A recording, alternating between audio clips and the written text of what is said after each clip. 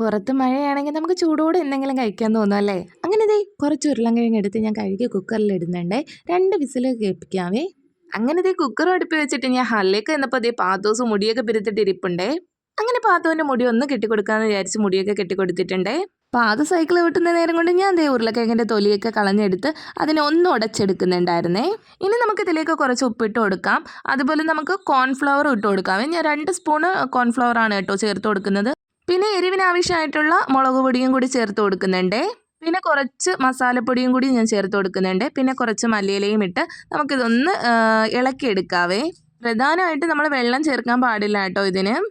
അങ്ങനെ ഞാൻ ഈ മാവ് കുഴച്ചെടുത്തിട്ടുണ്ടേ.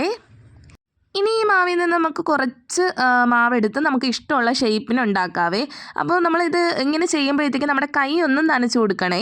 ഇല്ലെന്നുണ്ടെങ്കിൽ മാവ് കയ്യിൽ ഒട്ടിപ്പിടിക്കും. അപ്പം നനവുണ്ടെങ്കിൽ കയ്യിൽ ഒട്ടിപ്പിടിക്കാൻ ചാൻസ് കുറവാണ് കേട്ടോ. ഞാനിവിടെ 2 ഷേപ്പിലാണ് കേട്ടോ ഉണ്ടാക്കിയെടുക്കുന്നത്. അപ്പോൾ എൻ്റെ വീഡിയോ ആദ്യമായിട്ട് കാണുന്നവരാണെങ്കിൽ എൻ്റെ ചാനൽ ഒന്ന് സബ്സ്ക്രൈബ് ചെയ്തിട്ടിരുന്ന് കാണണേ. ഇനി നമുക്ക് ചൂടായ ചട്ടിയിലേക്ക് എണ്ണ ഒഴിച്ചു കൊടുക്കാവേ. ഞാനിവിടെ പാം ഓയിലാണ് കേട്ടോ യൂസ് ചെയ്യുന്നത്. അങ്ങനെ ഇതാ എല്ലാം ഞാൻ ഇതിലേക്ക് ഇട്ട് കൊടുക്കുന്നുണ്ടേ. എന്നെപ്പോലെ ഈ മഴയൊക്കെ ഇങ്ങനെ പെയ്യുമ്പോഴത്തേക്ക് ചൂടോടെ എന്തെങ്കിലുമൊക്കെ കഴിക്കാൻ തോന്നുന്നവരുണ്ടെങ്കിൽ ഒന്ന് കമൻറ്റ് ചെയ്തേക്കണേ. അപ്പം ഞാൻ ദേ മൂത്ത് വന്നതിനൊക്കെ ഞാൻ മറിച്ചിട്ട് കൊടുക്കുന്നുണ്ടേ. അങ്ങനെ ദേ തിരിച്ചും മറിച്ചൊക്കെ ഇട്ട് ദേ നമ്മുടെ സംഭവം സെറ്റായി വന്നിട്ടുണ്ടേ.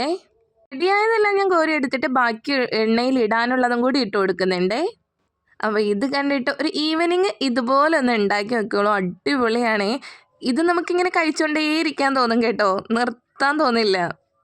ഉണ്ടാക്കാൻ തുടങ്ങിയപ്പോൾ ഞാൻ വിചാരിച്ചില്ല കേട്ടോ ഇത്രയ്ക്ക് പെർഫെക്റ്റ് ആയിട്ട് എന്നെ കൊണ്ട് ഉണ്ടാക്കാൻ പറ്റുമെന്ന്.